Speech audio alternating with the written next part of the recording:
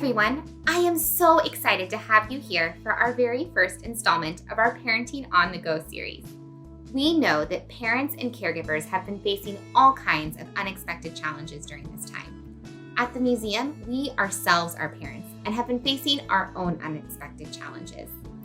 We decided to reach out to our extensive network of parenting experts to help give us some tips and tricks to bring home right to you for different ways that we can help support positive parenting, positive reinforcement, and purposeful play. At the museum, we believe that all learning takes place through play, and we want to make sure that we're supporting that and you. Hope you enjoy. I'm so excited today to introduce our very first speaker for our Parenting on the Go series, Miss Debbie Zeichner. Debbie is a licensed social worker, and she's also a parenting coach and mindfulness facilitator. Debbie has a wealth of knowledge, and I cannot wait to dig in with you. So Debbie, welcome to being with us today. I'm just really excited to talk to you. I know that for us at the museum, play is so important. We know that kiddos learn through play. Their imagination soars. It's often a source of sort of developmental creativity where they're really solving different challenges in really unique ways. And we know that play is actually really hard work for little kids because it's where they're putting lots of different skills to use. But I also know that like my little one, she is 2.5 and she loves play so much that sometimes it's really hard for her to stop playing.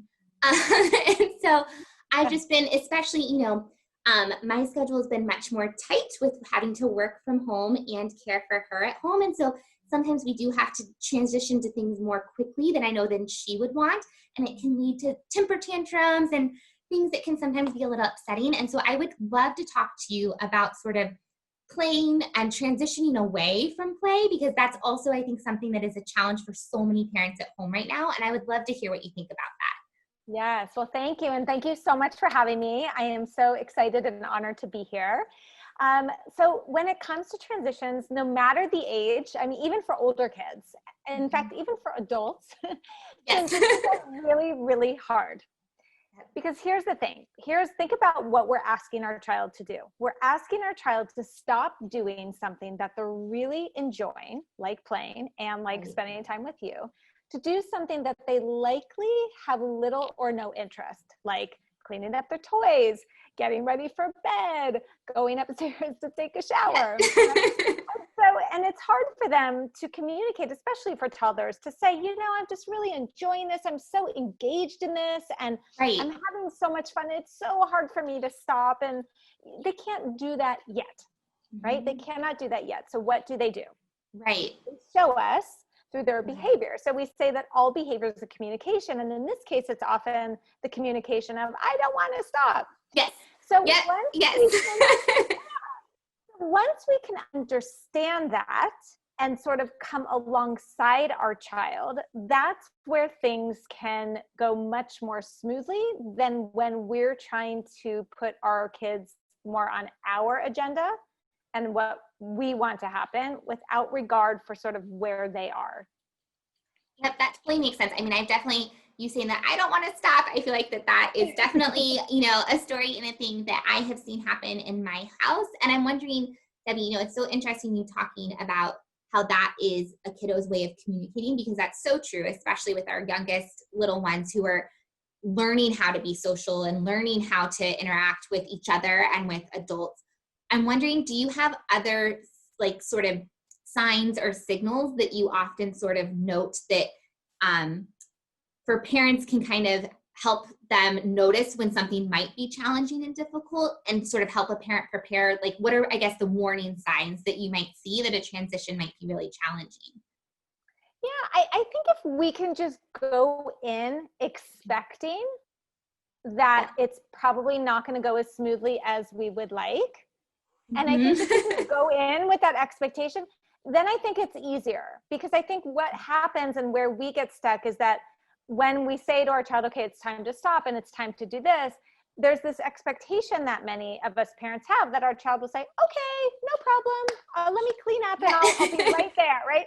The likelihood of that happening is so low. So I think once we can sort of be mindful of what our expectations are and make sure that these expectations are actually more realistic than unrealistic, I Yeah. think then it can go a little bit smoother, right? So if I Yeah. go in knowing that, okay, I know my child, I know how much my child loves playing, Yes. and I know that stopping what you're loving to do something else is really hard. So the first thing that I'm going to do is I'm going to connect with my child. I'm going to validate my child. I'm going to see my child. Oh my gosh, you're having so much fun doing this. You love playing with these blocks.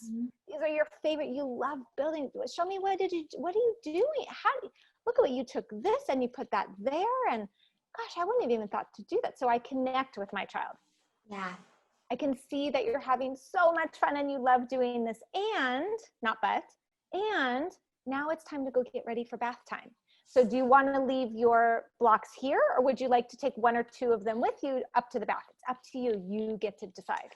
I love how you just said and, not but. That's not anything that I've ever actually thought of. And I know how important language can be, especially for little ones that are learning language. And so that's a really interesting sort of distinction, that it's like, I see that you're doing this and it's time to do this. So it doesn't negate that it, one thing's better or worse than the other. It's sort of like both are important and both hold equal weight. That's so interesting, and a really important thing, I think, for me as a parent to keep in mind. I'm sure other parents too.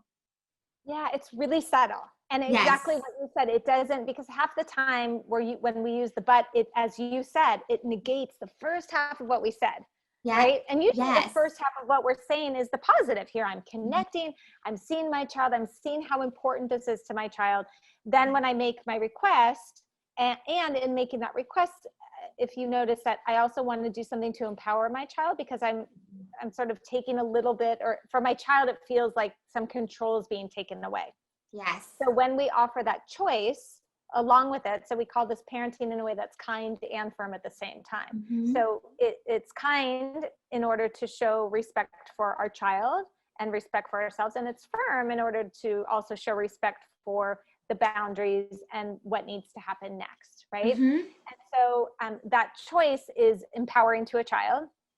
Your child still might say, but no, I don't want to. I want to keep playing. To which you reply, yes, I know you love this so much. You would play with this all day long. I know how important this is to you. And this is what's happening now. Your choices are X or Y, and let's figure out when we can do this again. Do you want to do this tomorrow morning, or do you want to do this as soon as the bath is done? Yeah. Right. So just acknowledging, and I think also as parents, it's so important that we sort of take some moments to just tap in. I mean, this is where empathy comes in, right? To tap into times in our life where we've experienced disappointment, where we really, really want something and we can't have it, or we're really enjoying something, but we have to stop. We've all felt that, right? And so often we sort of dismiss our child's feelings and experience in order to move them into what we want. And oftentimes they say that these power struggles happen because there's a mismatch in agendas, right? There's our agenda and what we want, and our child has their own agenda and what they want. And I always say that we can be so much more effective when we understand that our child's agenda, what they're doing, what they're engaged in, is just as important to them as ours is to us. And that's what helps to move them along. Again, they still might have a tantrum, and that's okay. That's what toddlers do. So for I know this is really hard. I know you wish you could keep playing.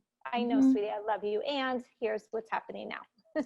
I love that emphasis on sort of just the respect for the child, and that their agenda is just as important as ours. It goes back to the idea that play is so important, right? Like their agenda is to play, and they're learning so much through that play, and they're creating so much. And so their agenda is just as important as, for me, oh, well, it's time to take your bath because you still have to get ready for bed, or it's time for dinner. Like those agendas are important too. But I think that that's such an important point, that their agenda could be their play, and that really is important to their development. I think that that's a really nice flag that I don't necessarily think I've heard framed in that way before, and I really like that. It's really about honoring where our child is. Yeah. Right? Yeah. And that's what we want more than anything. We want them engaged in play, because really that's where their true education is, especially at these young ages, right? That's when so much, as you said, so much learning is taking place. And so it's almost, when you think about it, for many children, it's very jarring when we come in and then again ask them to stop doing something to do something that they really don't want to do. Right? And then what happens is, as parents, when our children sort of, balk at that or give us a hard time or, have some big feelings about that, we tend to get angry and upset. Yes. Right? Yeah. Rather than being able to say, okay, my child's acting like a child because he or she is a child. Right? This is what kids do. Yeah. He or she's just having some big feelings right now. I can handle this. Yep. I also love what you had said about choice too. I mean, I think that is something that I'm just thinking back to, things that we do at the museum and options that we give kiddos. And that's such an important sort of way to engage children, to own that, to again, go back to that honoring the child and having that agency that they're the ones sort of owning that choice and learning how to be a decision maker. And maybe it's not that we're playing with this right now, but we can decide when we get to play with it later. I think that's a great strategy that I haven't necessarily tried myself, but I really like that. I know that I've done things in the past where there's sort of been, some of them might sound cheesy, but things like transition sticks, where it's a thing that, has been decorated and it helps to sort of lead us from, we're doing this activity to this activity. But I also like the idea of not, always having that tangible item, but they're the ones that decide when that transition is happening. And they're the ones that decide what come next by giving them the choices of options and things. And that's a really wonderful strategy and a unique one to really help to honor children with who they are. Yeah, it's really empowering. So, I teach positive discipline, and what we say is that, children do better when they feel better. And so when a child feels empowered and when a child feels encouraged and when a child feels seen and heard, then they're much more likely to listen and cooperate because they feel good, right? Yeah. They feel good versus when we're sort of coming at them versus alongside them, the feeling that they get inside is very different.